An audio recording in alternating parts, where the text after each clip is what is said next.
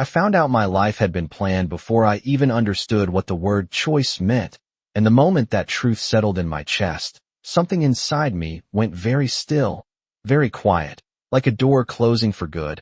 I was standing in my Uncle Richard's study when it happened, a room I had been told not to enter since I was 13, a room with dark wood shelves, leather-bound books, and a faint scent of cedar that always lingered in the hallway outside. I had lived in his house for 15 years and still felt like a guest in certain spaces, like there were invisible lines I wasn't meant to cross. But that afternoon, with the house silent and sunlight stretching across the marble floor, I stepped inside anyway. I told myself it was nothing, just curiosity, just a harmless look. But even then, I think some part of me already knew I was about to find something I couldn't unsee. The desk was immaculate, as always. Papers aligned, pens placed perfectly, everything controlled, just like him, Richard Hayes, the man who took me in when no one else did, the man everyone called generous, disciplined, successful, the man I had spent years thanking in quiet ways, through obedience, through gratitude, through never asking too many questions. I moved slowly, almost respectfully, as if the room itself might notice I didn't belong. My fingers brushed over the edge of the desk before I opened the top drawer. Nothing unusual, just documents, neatly labeled folders, financial statements. I almost closed it again, almost walked out and returned to being the version of myself that didn't look too closely. But then I saw my name, printed clearly on a manila folder, my full name, Evelyn Carter, and something about that stopped me. I pulled it out carefully, my hand steady in a way that didn't match the sudden tightness in my chest. I opened it expecting something simple, maybe school records, maybe identification paperwork from years ago, but what I saw instead didn't make sense at first. Numbers, legal language, signatures, dates. My eyes moved over the page slowly, trying to piece it together, and then it clicked. A trust, established when I was 13, valued at over $3 million. My breath caught. I read it again, slower this time, making sure I wasn't misunderstanding, but the words didn't change. Beneficiary, Evelyn Carter, trustee, Richard Hayes, my uncle, the man who had told me for years that everything I had was because of his generosity, the man who reminded me, gently but often, that I was lucky, that I had been given a second chance. I lowered myself into the chair behind his desk without realizing it. The leather cool beneath my hands. $3 million, sitting in my name, existing quietly while I lived under his roof, following his rules, asking for permission to take a job, to travel, to make decisions about my own life. I thought about the times I had asked to work, just part-time, just something small, and how he had smiled, calm and reassuring, telling me there was no need, that I should focus on stability, on being safe. I thought about the times I wanted to move out, to get my own place, even something modest, a small apartment, maybe 600 square feet, nothing fancy, and how he had convinced me it was too soon, too risky, that the world outside wasn't as kind as it seemed, and I had believed him, because I was 13 when everything fell apart, 13 when my parents left me at a bus station with a suitcase and a promise they never kept, 13 when Richard showed up like an answer to a question I didn't know how to ask. He took me into his home, gave me a bedroom larger than anything I had ever known, a queen-sized bed, soft linens, a closet full of new clothes. He enrolled me in a good school, made sure I had everything I needed, and for years, I told myself that was love. That was what being saved looked like. I never questioned why I wasn't allowed to have sleepovers, why my friendships faded because I could never visit anyone else's home, why every decision seemed to circle back to him, his approval, his timing, his comfort. Sitting there in that chair, holding that document, those questions came rushing back, but they didn't feel like questions anymore. They felt like answers I had ignored. I turned the page, my fingers moving faster now, and there were more details, distributions, restrictions, clauses that gave him control over when and how I could access what was legally mine, conditions tied to age, to behavior, to circumstances he defined, not me. My heart started to race, but my face remained still. I could feel it, that shift, the one that happens when something inside you decides not to break, but to harden instead. I wasn't shaking, I wasn't crying. I was thinking, connecting pieces that had been scattered for years, every locked door, every conversation that ended just before it revealed too much. every gentle reminder that I was better off where I was. It all lined up too perfectly to be coincidence. I closed the folder slowly, placing it back on the desk exactly where I found it. The room looked the same. Nothing had changed, and yet everything had. I stood up, smoothing my hands over my jeans, and walked toward the door, pausing just before I stepped out into the hallway. For 15 years, I had believed my life started the day my uncle saved me. But now, for the first time, I understood something far more important. He hadn't just taken me in. He had kept me exactly where he needed me to be, and as I turned off the light and quietly closed the door behind me, I realized I wasn't the same girl who walked into that room, because now I knew the truth. And once you see the truth, you don't go back. You move forward, even if it means everything you trusted has to fall away that night. I did not sleep. I lay in my bed staring at the ceiling, watching the soft glow from the hallway light stretch across the walls of the room I had called mine for 15 years. And for the first time, it did not feel like a sanctuary. It felt like a place designed for me, measured, controlled, chosen. I could hear the quiet hum of the house, the same sound that had always comforted me. But now it felt different, like it was watching me, like every inch of that mansion had been part of something I never agreed to. I turned my head toward the window, the city lights in the distance faint and distant. I had rarely gone beyond the limits of this neighborhood, rarely needed to, or at least that is what I had always told myself. Richard had made sure I had everything inside these walls, a private tutor when I struggled in school, a car waiting in the driveway when I turned 16, though I was only allowed to drive certain routes, certain distances, always with a reason that sounded protective, reasonable, safe. I closed my eyes and replayed the document in my mind. The numbers, the signatures, the structure of it all. This was not something put together casually. This was planned, deliberate, long-term. And the more I thought about it, the more pieces began to surface. Small moments that once felt insignificant now shifting into something sharper, clearer. I remembered being 17 and asking if I could apply for a summer job at a bookstore downtown. I had been excited, nervous, hopeful, and Richard had listened patiently, nodding, his expression calm as always, before telling me that I did not need to work, that I should focus on my education, that there would be time for all of that later. I had accepted it, grateful even, because it felt like care, like he was protecting me from unnecessary stress. But now, lying there in the quiet, I wondered if that had been the point, not protection, but limitation. I thought about college, how I had chosen a local university instead of the one out of state I had been accepted into, how he had gently guided that decision, mentioning convenience, stability, how it would be better to stay close. I had agreed because it made sense, because he had always been the one who knew better, the one who had taken responsibility for me when no one else did. But now that logic felt different. It felt like a path drawn before I even knew I was walking on it. I sat up slowly, the room still dark except for the faint light from outside, and I reached for my phone, scrolling through contacts, names I barely used, people I never truly connected with. It struck me then how small my world had become, how carefully contained it was. I had acquaintances, polite conversations, but no one who really knew me, no one who had been allowed close enough to ask the questions I had never thought to ask myself. I stood up and walked to the mirror, studying my reflection. I looked the same face, the same calm expression, but something behind my eyes had changed. Something had shifted from trust to awareness, from acceptance to calculation. I was no longer the girl who had been grateful just to have a place to belong. I was someone who had just realized that belonging had conditions I never saw. I turned away from the mirror and opened my closet, rows of neatly arranged clothes, all chosen with care, all fitting perfectly.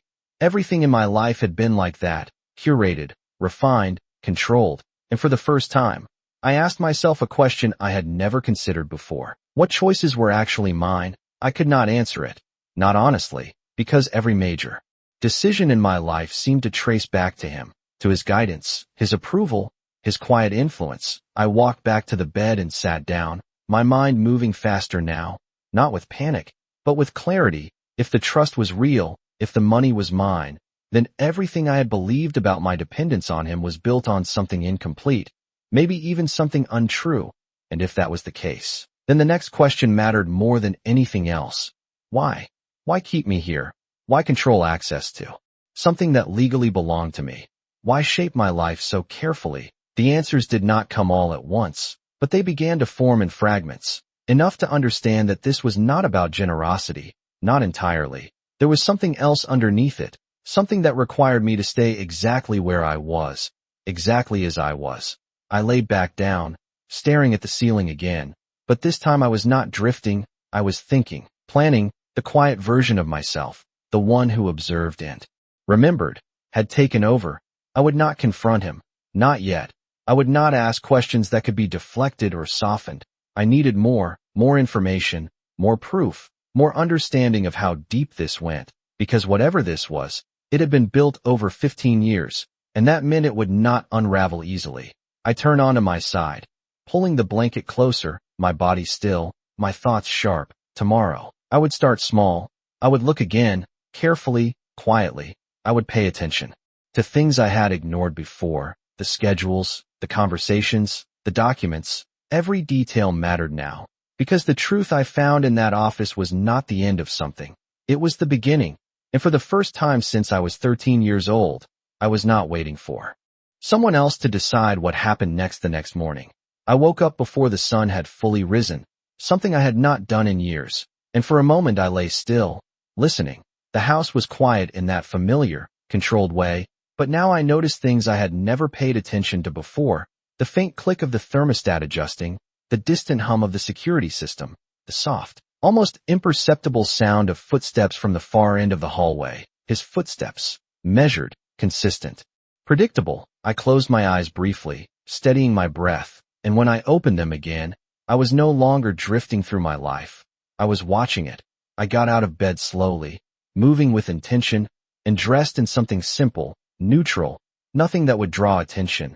Not that he had ever questioned what I wore, but I was beginning to understand that attention did not always come in obvious forms. Sometimes it was quiet, built into routines, expectations, patterns that guided you without you realizing it. I stepped into the hallway just as Richard appeared at the other end, dressed in his usual crisp shirt, sleeves buttoned, posture straight. He paused when he saw me, just for a fraction of a second, and then smiled.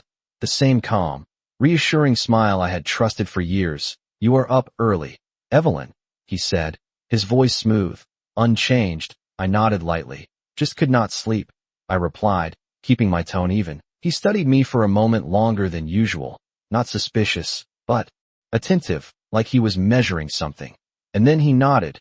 "Breakfast will be ready in a few minutes," he said. Before turning toward the kitchen, I watched him walk away, noting the way his pace never changed, the way his presence filled the space without ever feeling loud. Everything about him was controlled, deliberate. I followed after a few moments, stepping into the kitchen where everything was already prepared, the table set, coffee poured, fruit arranged perfectly. It had always been like this, effortless, seamless. I sat down across from him, the distance between us the same as always, but it felt different now, heavier, more defined. We ate in silence for a few minutes, the quiet not uncomfortable, but structured, as if silence itself was part of the routine. "Do you have plans today?" he asked casually, his eyes on his coffee cup. I considered the question carefully. Usually I would answer without thinking, something simple, something expected, but now every word felt like it mattered. "I thought I might go into the city for a bit," I said, watching for his reaction. There was a slight pause, barely noticeable, and then he nodded. "Of course, just be mindful of the time," he replied, the same words he had used for years, gentle, reasonable. But now I heard something else in them, a boundary disguised as concern. I smiled faintly. "I always am," I said, and he returned the smile, satisfied, or at least appearing to be. After breakfast, I left the house, the cool morning air hitting my face as I stepped outside, and for a moment, I just stood there, breathing. The world beyond the gates felt wider than I remembered, not because it had changed, but because I had. I got into my car and drove toward the city, but instead of following my usual route, I turned down a different street, then another, letting the unfamiliar road stretch out in front of me. I was not running. I was testing, seeing how it felt to choose something without permission, without explanation, and with each turn, something inside me settled. Not fear, not doubt, but clarity. I eventually parked near a small office building downtown, one I had passed many times but never entered, a law office. I had noticed the name before, vaguely familiar. Though I could not place why, I sat in the car for a moment, my hands resting on the steering wheel, thinking.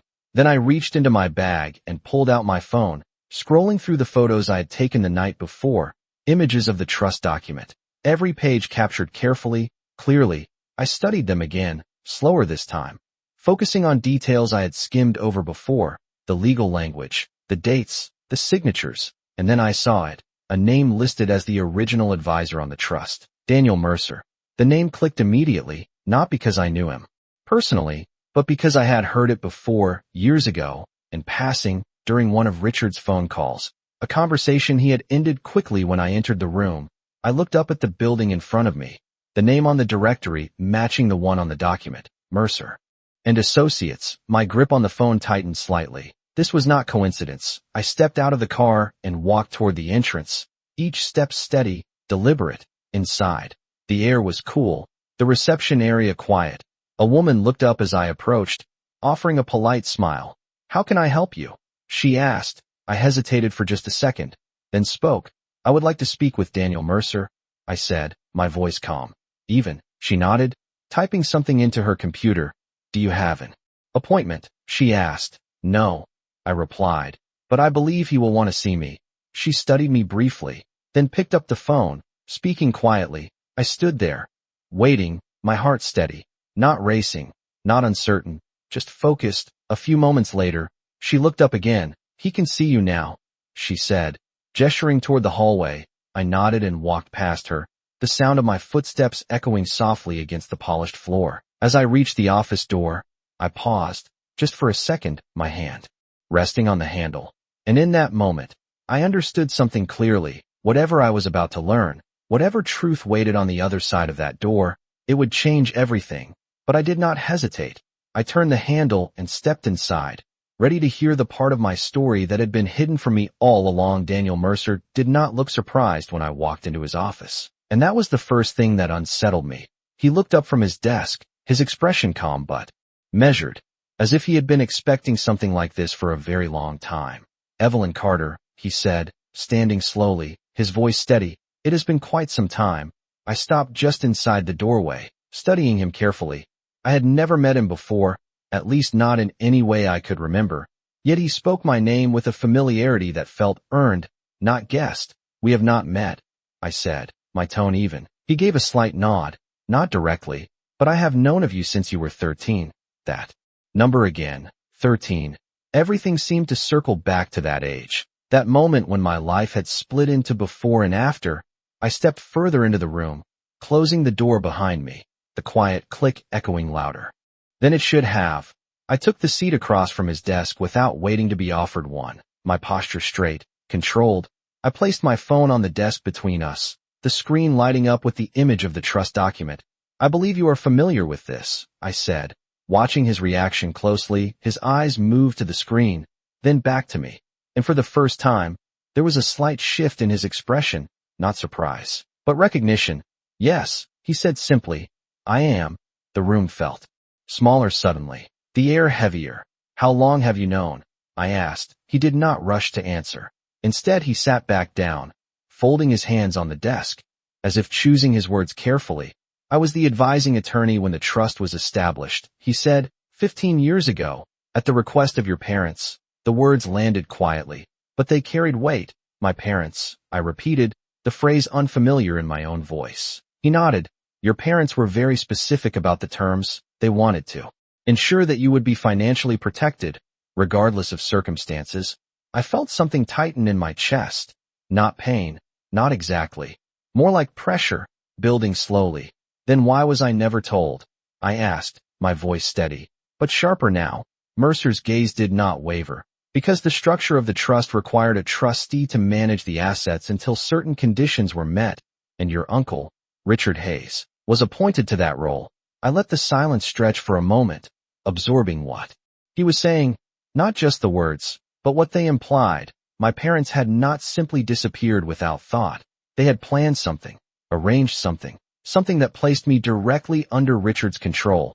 What conditions? I asked finally. Mercer reached for a folder on his desk, opening it with practiced ease. Age milestones, behavioral clauses, life stability benchmarks. He listed them calmly, as if reciting something routine.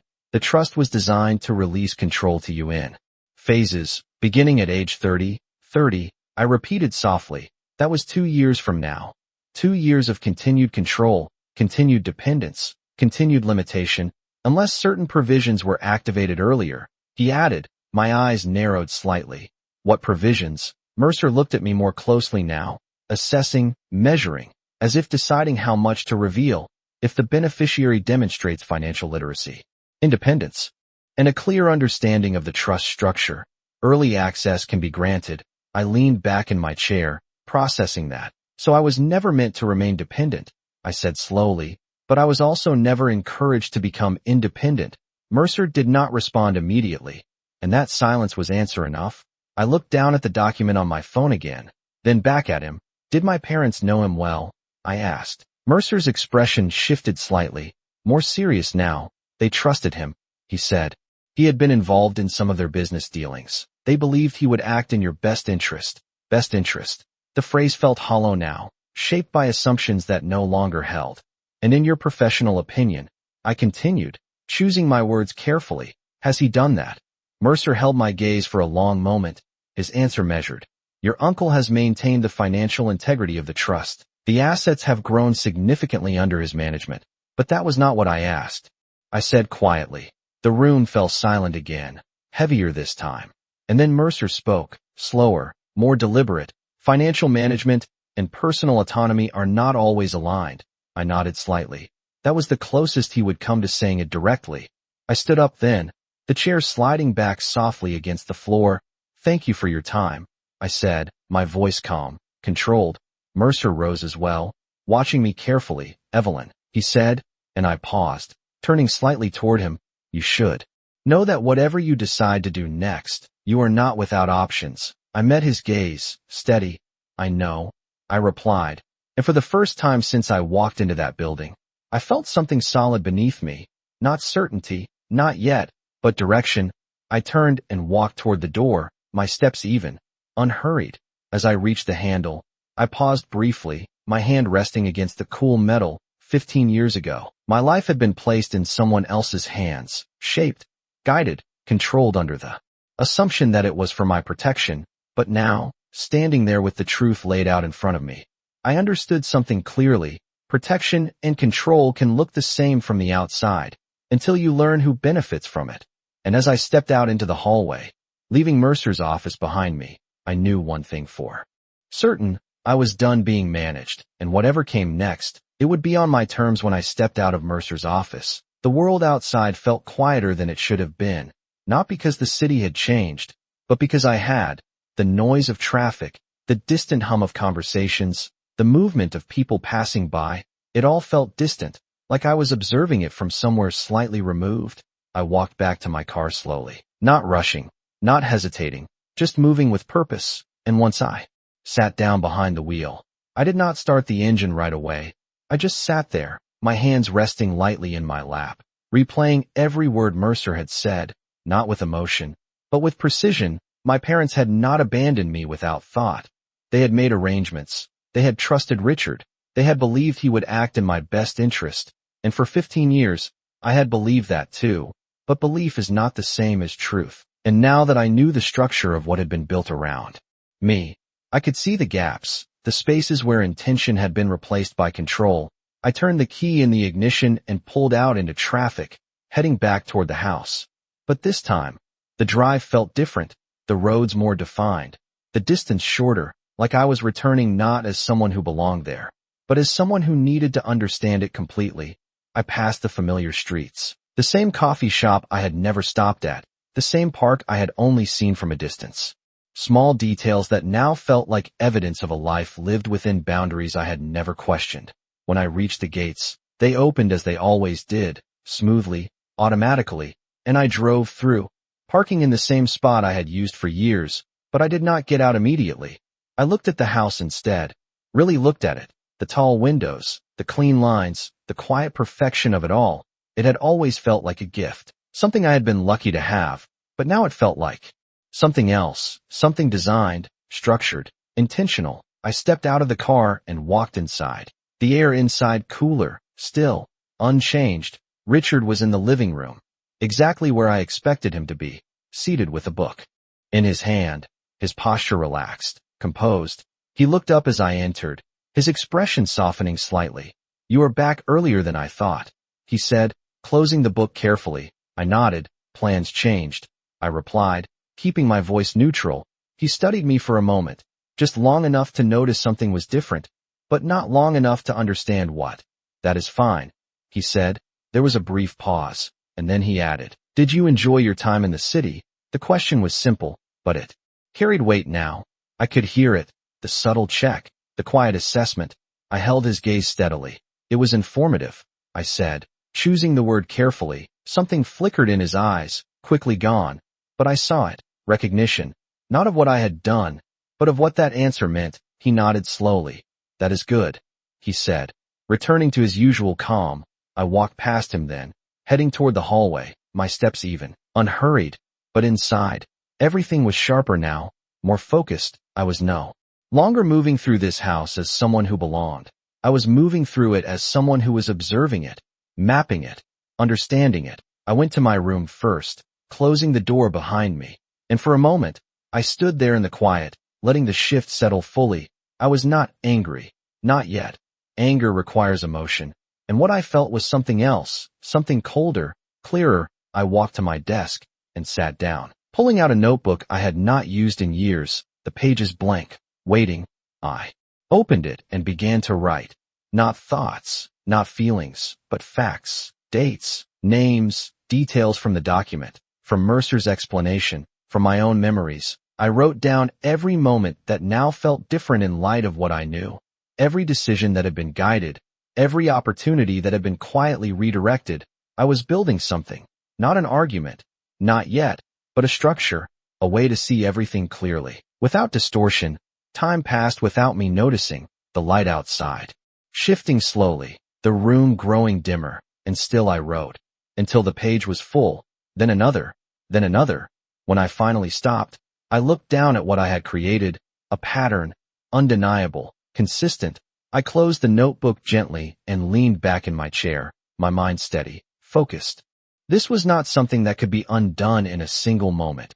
It had been built over 15 years, layer by layer, decision by decision, and if I wanted to take it apart, I would need to be just as deliberate, just as controlled.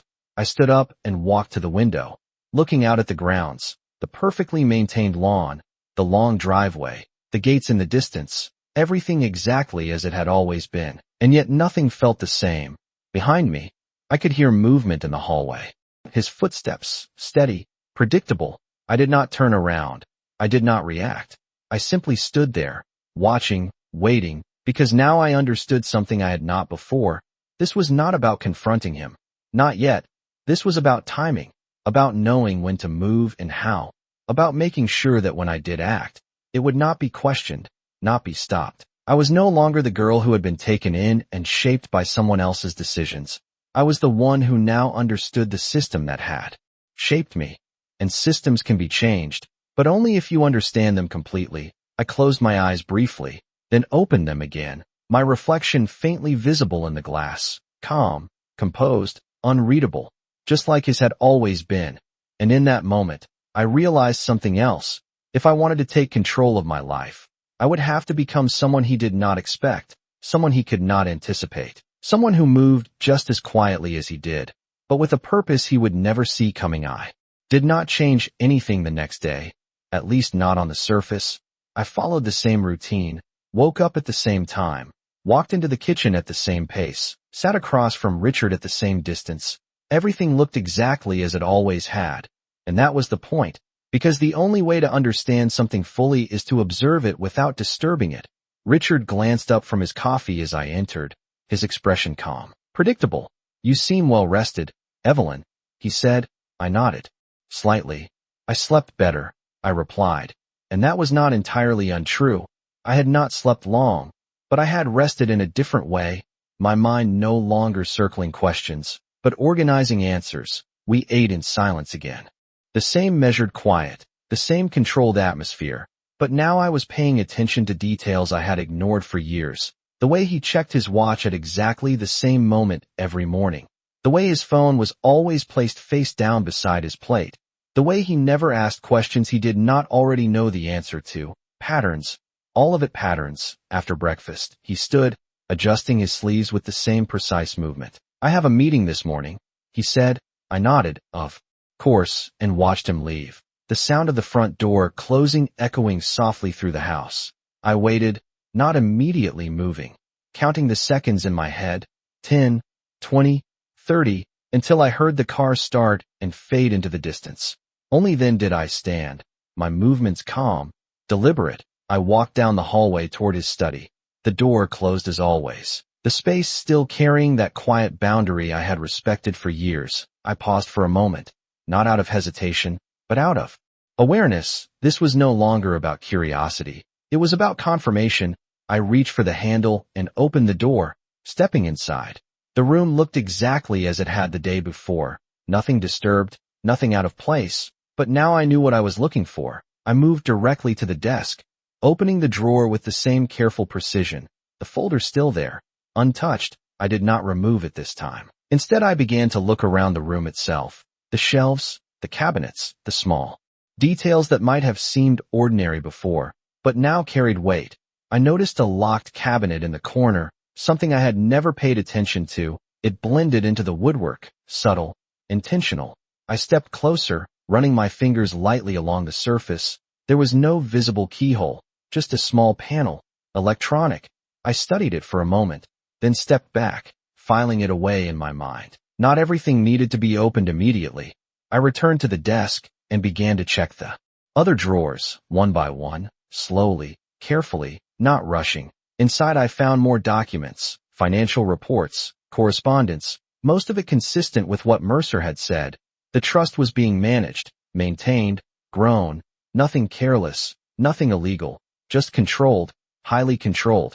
And then I found something else, a smaller folder, unmarked, tucked beneath a stack of papers. I pulled it out and opened it. Inside were records, not of the trust itself, but of distributions, small, consistent transfers over the years, not to me, but to accounts I did not recognize. My eyes moved over the numbers, the dates, the patterns. It was not large amounts, not enough to raise immediate concern, but consistent enough to matter. I took out my phone and captured images quickly, efficiently, returning everything exactly as I found it, my movements. Practiced, precise. When I finished, I closed the drawer and stepped back, looking around the room one more time, committing it all to memory, every detail, every placement, every possible angle. I left the study as quietly as I entered, closing the door behind me. The house still silent, unchanged, but I was not. I walked back to my room and closed the door, pulling out my notebook again. Flipping to a new page, I began to write, adding to the structure I had started the night before. New information, new connections, the undisclosed accounts, the consistent transfers, the possibility that control was not the only purpose behind what had been built. I did not jump to conclusions. I did not assume intent. I simply recorded what was there, what could be proven, what could be followed. Hours passed again, unnoticed, until I heard the sound of a car returning, the engine familiar, steady. I closed the notebook and placed it back in the drawer, my expression neutral as I stood, adjusting my posture, returning to the version of myself he expected to see. When I stepped into the hallway, Richard was already inside, removing his coat, his movements as precise as ever.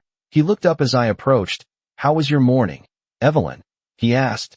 I met his gaze calmly. "Productive," I said, and this time, the word carried a different meaning, one he could not yet see, but one that would change everything once it was fully revealed that evening. I sat across from Richard again, the same table, the same distance, the same quiet between us. But this time I was not just observing patterns, I was testing them. He poured his wine with the same steady hand, the same measured movement, and glanced at me briefly before returning his attention to his plate. "You have been spending more time in the city lately," he said, not as a question, but as a statement. I nodded, keeping my expression neutral. "It helps to see different things," I replied. He considered that for a moment, then gave a slight nod. Exposure can be useful. In moderation. There it was again, the subtle boundary wrapped in something reasonable. I took a small sip of water, my mind already aligning his words with everything I had uncovered. After dinner, I did not retreat to my room immediately. Instead, I remained in the living room, seated across from him as he read, the soft turning of pages filling the silence. I had spent years avoiding moments like this, quiet, unstructured time where conversation might drift into something uncertain, but now I understood the value of it. The way information revealed itself not through direct questions, but through small shifts, subtle openings. I leaned back slightly, allowing the silence to stretch before speaking. I have been thinking about the future, I said, my tone calm, measured. His eyes lifted from the page, not startled, but attentive. The future is always worth considering, he replied. I watched him carefully. I have never really had to think about it on my own before, I added. That was not entirely untrue, but it was incomplete. He closed the book slowly, placing it on the table beside him. You have always had stability, Evelyn, he said, his voice even. And stability allows for thoughtful decisions. I held his gaze, steady. And what if I want something different? I asked. The question simple, but intentional. There was a brief pause, just long enough to register. Different in what way? He asked. I let a second pass before answering. More independence, I said. The word hanging between us, quiet but undeniable. His expression did not change, but something shifted beneath it, almost imperceptible. Independence is not something to rush into, he replied. It requires preparation, understanding, responsibility. I nodded slightly. Of course, I said, but I am not 13 anymore. The number landed softly, but it carried weight. His eyes held mine a fraction longer this time. Then he gave a small nod. No, you are not, he said, and there was something in his tone, something measured, recalculating. I leaned forward slightly, keeping my voice steady. Then perhaps it is time I start learning more about what I have, about how things work, financially, legally. The words were chosen carefully, precise enough to signal awareness, but not enough to reveal everything. He was silent for a moment, his fingers resting lightly on the arm of the chair. That can be arranged, he said finally. I allowed a small, controlled smile. I would appreciate that, I replied. He studied me for a moment longer, as if searching for something, then nodded once. We will begin with something simple, he said, and just like that, the conversation shifted, not ended, but redirected. He picked up his book again. The signal clear, the discussion was over. For now, I leaned back in my chair, my posture relaxed, but my mind focused. That had been the first move, not a confrontation, not an accusation, but a shift, a signal that I was no longer passively accepting the role he had built for me. And his response had confirmed something important. He was adjusting, recalibrating, just as I was. Later that night, in my room, I opened my notebook. Again, adding to the growing structure of information, I wrote down every word from the conversation, every pause, every shift in tone, because patterns were not only in actions, they were in language, in timing, in what was said and what was left unsaid. I connected it to what I had found earlier, the undisclosed accounts, the controlled distributions, the delayed access to the trust. It was all part of the same system. A system designed to keep me within a certain range, not completely restricted, but not fully free either, balanced, managed. I closed the notebook slowly, my thoughts settling into something clearer, more defined.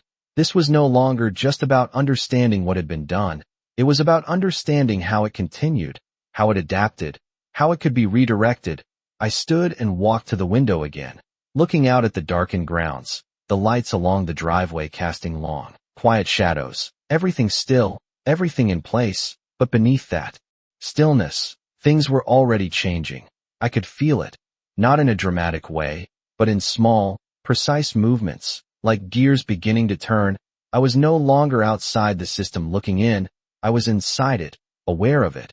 And that made all the difference, because systems are strongest when they go unquestioned, when they are accepted without awareness. But once you begin to see them clearly, once you begin to understand their structure, their purpose, their limits, they become something else entirely, something that can be studied, adjusted, and eventually controlled. I turned away from the window, the reflection of my own face fading into the glass. calm, steady, unreadable, and for the first time, I felt a sense of alignment, not with the life I had been given, but with the one I was beginning to take for myself, step by step, quietly, deliberately, exactly the way he had taught me, without ever realizing that one day, I would use those same lessons to move beyond him the next morning. Everything began to shift in ways that would have been invisible to anyone who was not looking for them. And I was looking for everything now. I sat across from Richard at breakfast again. The same quiet routine, the same measured pace. But this time, I noticed something new. A folder placed beside his plate, slim, unmarked, and positioned just slightly closer to him than usual. As if it had been placed there with intention, he followed my gaze briefly, then moved it aside with a casual motion. Almost too casual. "We will start today," he said, his tone calm, controlled. I nodded. "Of course," I replied, keeping my voice neutral. He finished his coffee and stood, gesturing for me to follow. I walked with him down the hallway, matching his pace, steady, unhurried. We entered his study together, something that had never happened before, not once in 15 years. Had I been invited into that room while he was present? And that alone told me this was not a gesture of openness. It was a controlled introduction. He moved behind his desk and opened the same drawer I had accessed the day before, pulling out a different set of documents this time. Carefully selected, curated, he placed them in front of me. "These are summaries," he said, simplified, "so you can begin to understand the structure." I sat down across from him, my posture relaxed but attentive, and looked at the papers. They were clean, organized, easy to follow, almost too easy. I skimmed through them, noting what was included and, more importantly, what was not. There was no mention of the additional accounts I had found, no reference to the smaller distributions. Everything presented here was controlled, intentional. I looked up at him. "This is helpful," I said, and it was, in its own way, because it showed me exactly what he wanted me to see. He nodded slightly. "Financial systems are complex," he said. "It is important to build understanding gradually." I met his gaze steadily. "And I agree," I replied, "but I would also like to review the full documentation at some point, not just summaries." The room went quiet for a fraction of a second, just long enough for the request to register. Then he nodded once, measured. "That can be arranged," he said, but there was a subtle shift in his tone now, something more guarded. I lowered my gaze back to the documents, as if satisfied, but inside, I was mapping the response, noting the delay, the calculation. He was not refusing, but he was not comfortable either, and that told me more than any direct answer could. We spent the next hour going through the materials. He explained structures I already partially understood, concepts that aligned with what Mercer had told me, but always within the boundaries of what he chose to reveal.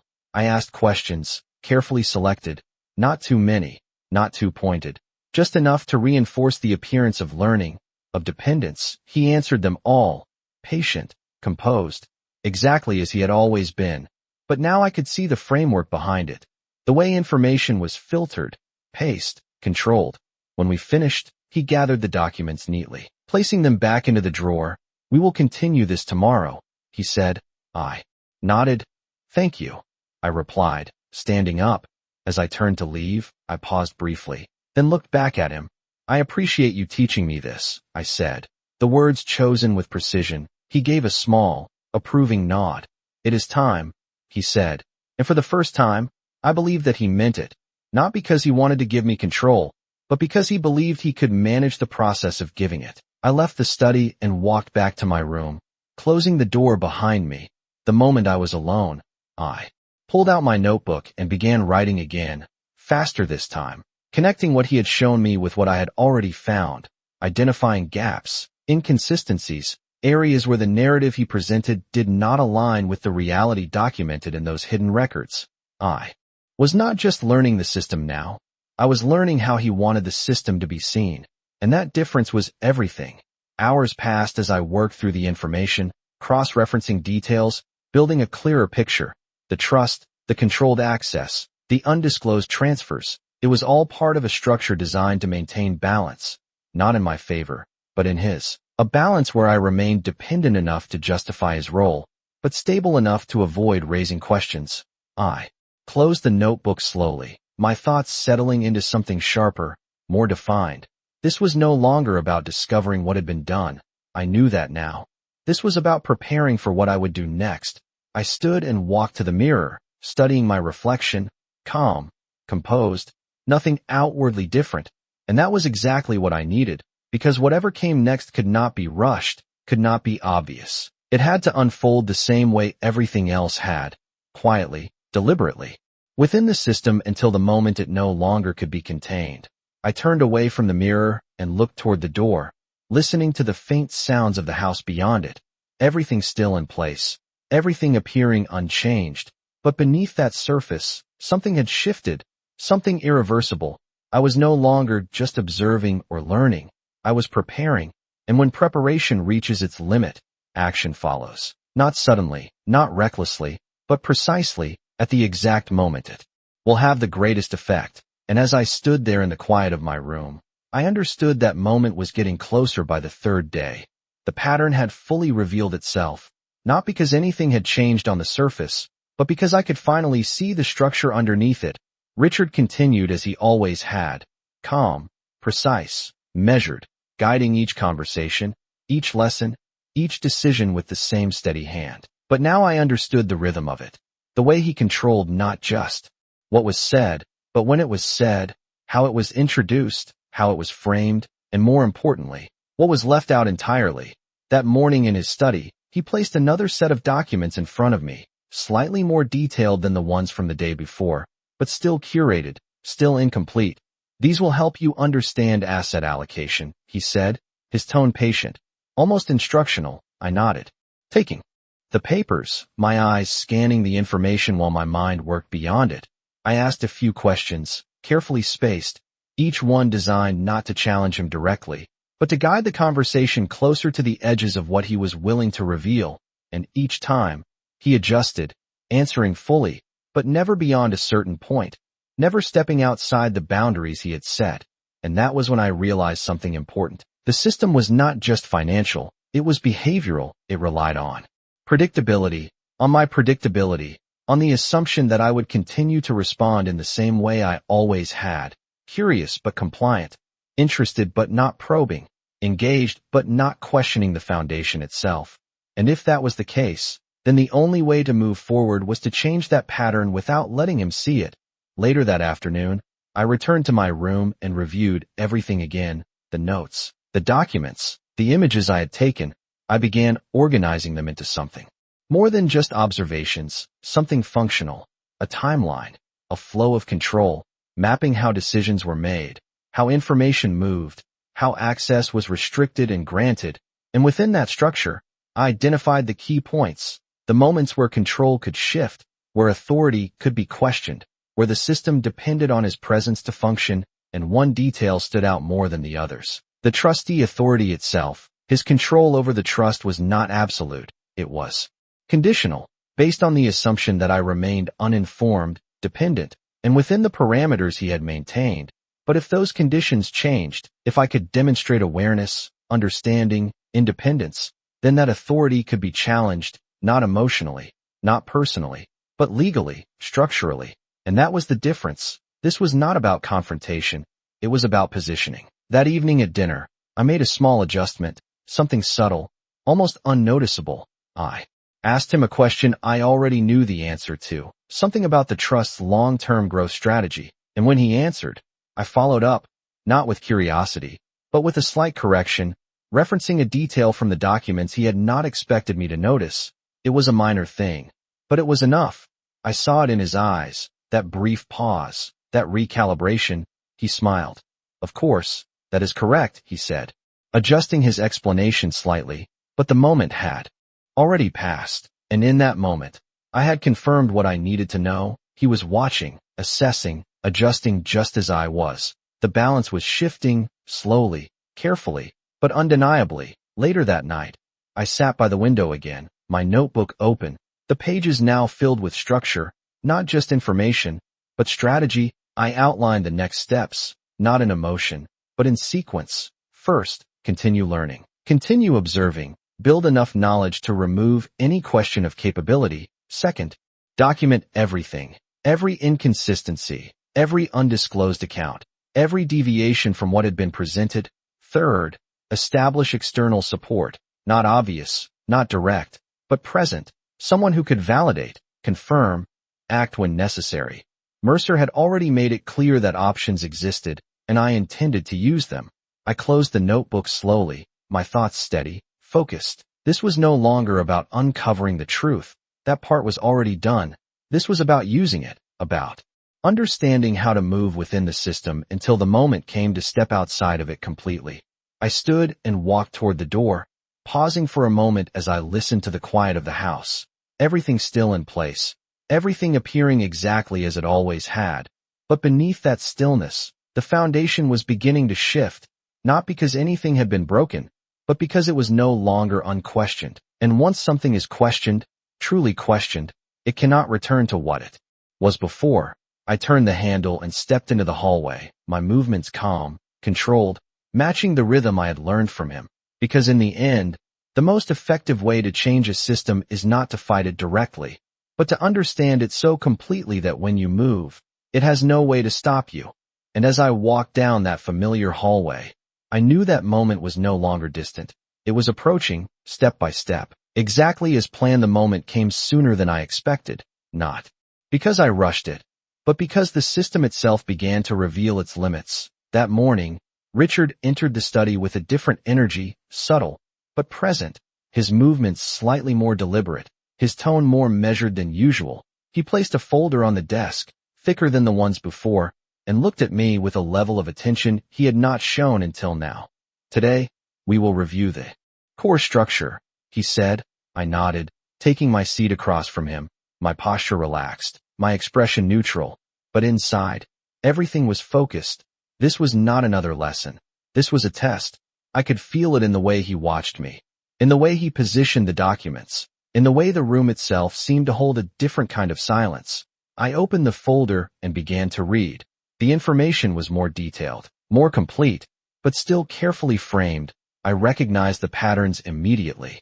What was included, what was excluded, the way certain accounts were referenced indirectly, the way specific transfers were grouped under broader categories. It was all there, but not quite, not fully. I let my eyes move across the pages slowly, deliberately, giving no indication that I had already seen beyond this version. After a few minutes, I looked up, meeting his gaze. This aligns with what you have shown me so far, I said, my tone even, but I have noticed that some distributions are categorized differently in other reports. The room went still for a fraction of a second, just enough to register the shift. His expression did not change, but his attention sharpened. What reports are you referring to? He asked. I held his gaze, steady. The ones that include secondary allocations, I replied, not specifying, not revealing the source, just enough to indicate awareness. There was a pause, longer this time, measured, calculated. Then he nodded slowly. Some allocations are structured differently for efficiency, he said, the explanation smooth, controlled, but incomplete. I tilted my head slightly. As if considering his answer, I would like to review those in detail as well, I said, the request simple, direct, and for the first time, he did not respond immediately. The silence stretched, not uncomfortable, but charged. He was assessing, recalibrating, weighing what I knew against what he was willing to reveal. Finally, he leaned back slightly, his fingers resting against the edge of the desk. You have been doing your own research, he said, not a question. I allowed a small pause before answering. I have been paying attention, I replied. His eyes held mine for a moment longer, and in that moment, the dynamic shifted, not dramatically, not visibly, but fundamentally. He was no longer the only one controlling the flow of information, and he knew it. He gave a slight nod. Very well, he said, his tone calm, but different now, more guarded. We can review those documents, but I will need to prepare them. I nodded. Of course, I said, keeping my voice neutral, but inside, I noted everything. The delay, the need to prepare, the acknowledgement that there was more than what had been shown. This was the confirmation I had been building toward. The system had been exposed, not fully, not publicly, but enough. After the session ended, I left the study as I always did, my steps even, my expression unchanged, but the weight of what had just happened settled into place. This was no longer observation, no longer preparation. This was engagement, direct, undeniable.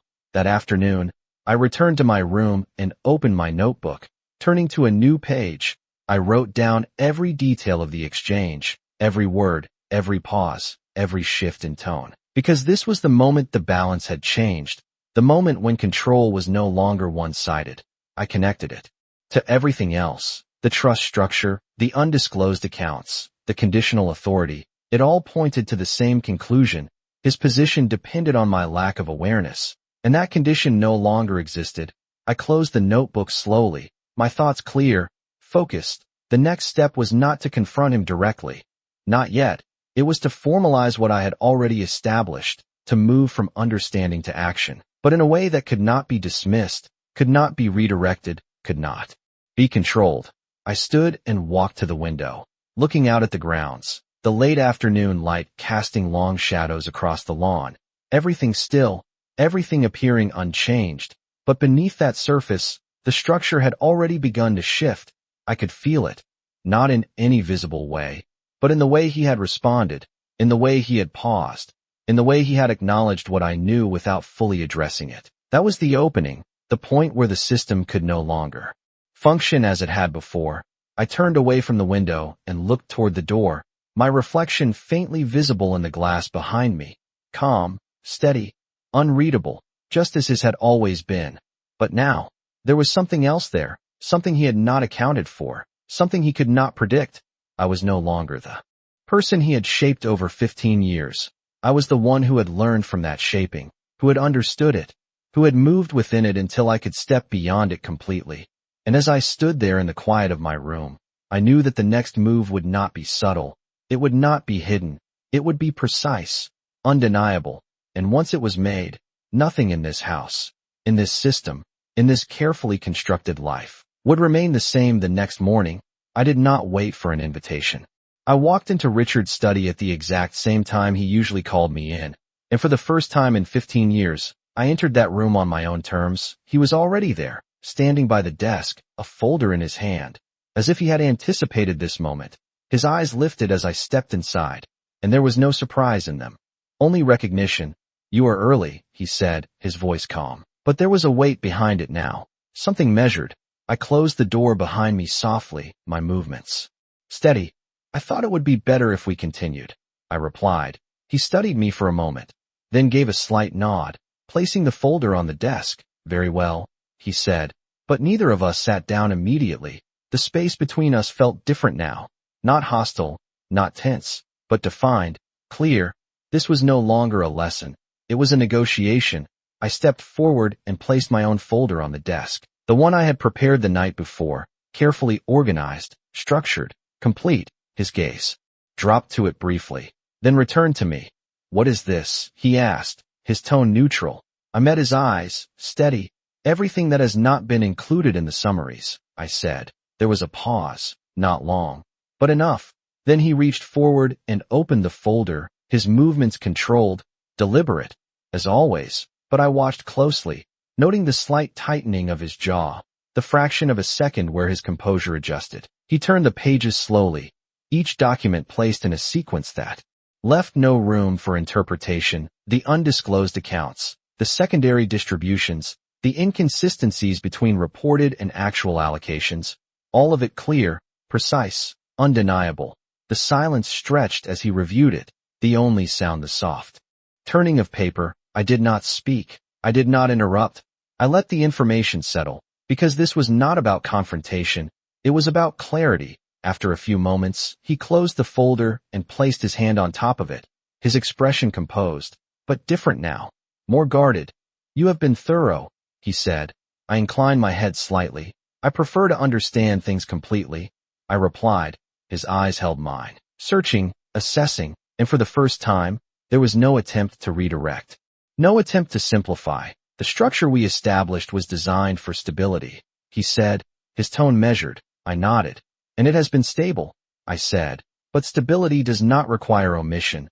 The words landed quietly, but they carried weight. There was a brief silence. Then he stepped around the desk, closing the distance between us slightly, not aggressively, but intentionally. "You believe I have acted against your interest," he said, not as a challenge, but as a statement. I considered the Question carefully, not rushing, not reacting. I believe you have acted within a system that benefits from my lack of access. I replied, the distinction precise, deliberate. His gaze sharpened, just slightly. And in that moment, the balance shifted again, not in volume, not in emotion, but in position. He was no longer explaining. He was responding. The trust was structured to protect you, he said. And I met his gaze without hesitation. Protection and control can exist at the same time, I said. The room went quiet, not empty, but full of everything that had not been said for 15 years. He did not respond immediately, and that silence was more revealing than any answer. I stepped back slightly, creating space, not retreating, but defining the boundary. I am not here to argue intent, I continued, my voice calm, steady. I am here to establish access, transparency, and control over what is legally mine. The words were not loud, not forceful, but they were final. He studied me.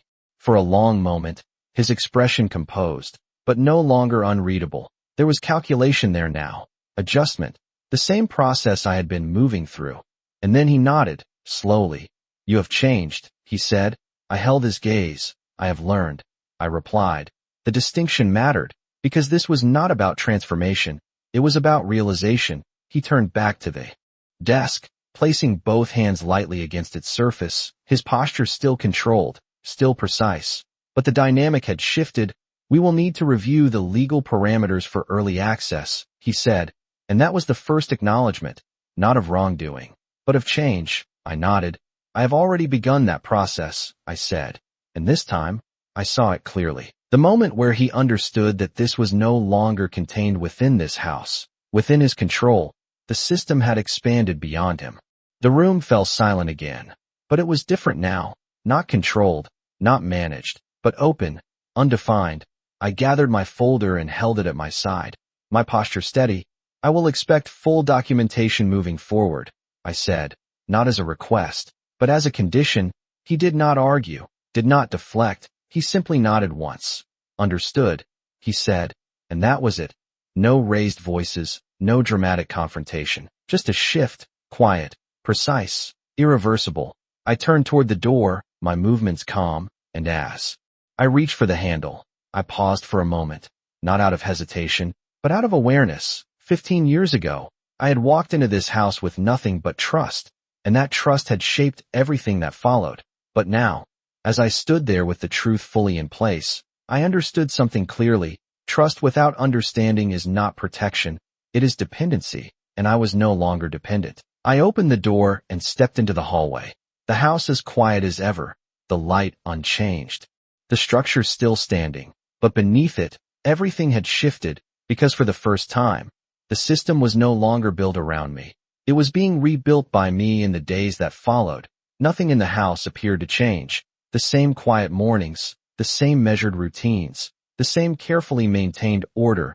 But beneath that stillness, everything had already shifted into something new, something irreversible. Richard moved through the space as he always had, composed, precise. But there was a difference now, subtle, but undeniable. The pauses in conversation were slightly longer, the explanations more complete, the boundaries no longer assumed but considered, and I noticed it in every small detail. The way documents were no longer summarized but presented in full, the way access was no longer delayed but arranged, the way his tone had shifted from instruction to acknowledgement, not of authority, but of balance. I spent my mornings reviewing the full documentation, every account, every transaction, every structure that had been built around me over the last 15 years, and for the first time, nothing was hidden, nothing filtered. It was all there, complex, layered, but clear. I worked through it methodically, not rushing, not reacting, just understanding. Because understanding was what had changed everything. Not emotion, not confrontation, but clarity. Mercer assisted where necessary, confirming legal pathways, outlining the steps required to transition control fully, and each step was precise, structured, undeniable. There was no argument to be made against it, because it was not based on interpretation, it was based on fact, on structure, on the system itself, and the system had been built to protect me, even if it had not been used that way. By the end of the week, the process was no longer theoretical, It was active. Documents were filed, access was adjusted, authority was redefined.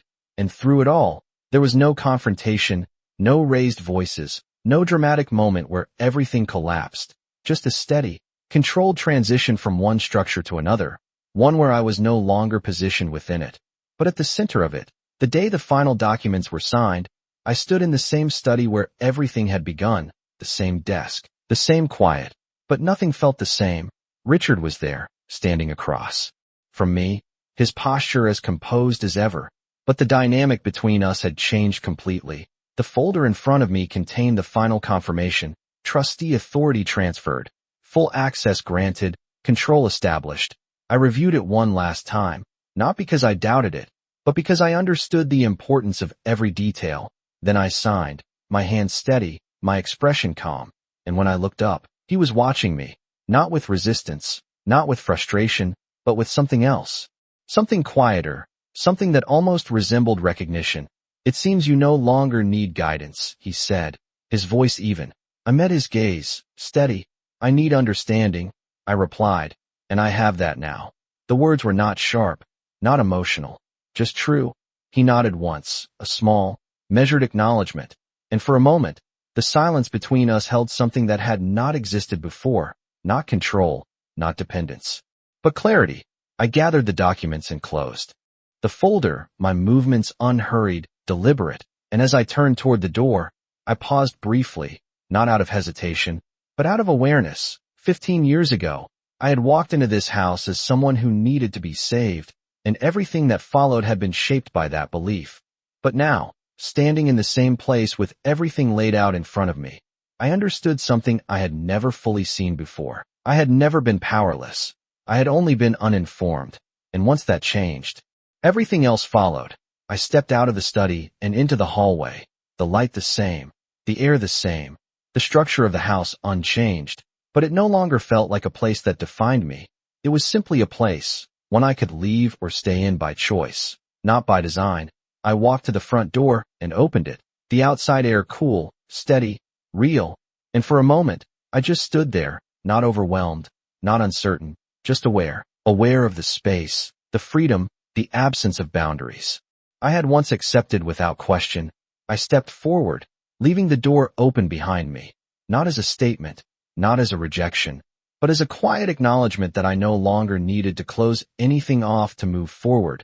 The driveway stretched out ahead, the gates beyond it no longer markers of limitation, but simply part of a path, and as I walked toward them, my steps even, my posture steady, I realized that nothing about this moment was dramatic. Nothing about it was loud or forceful. It was quiet, controlled, deliberate, just like everything that had led me here. But this time, it was mine, every step, every decision, every outcome, not shaped by someone else's design, but by my own understanding. And that was the difference, not the house, not the money, not the system, but the clarity that came from seeing it all for what it was, and choosing, finally, what it would be moving forward.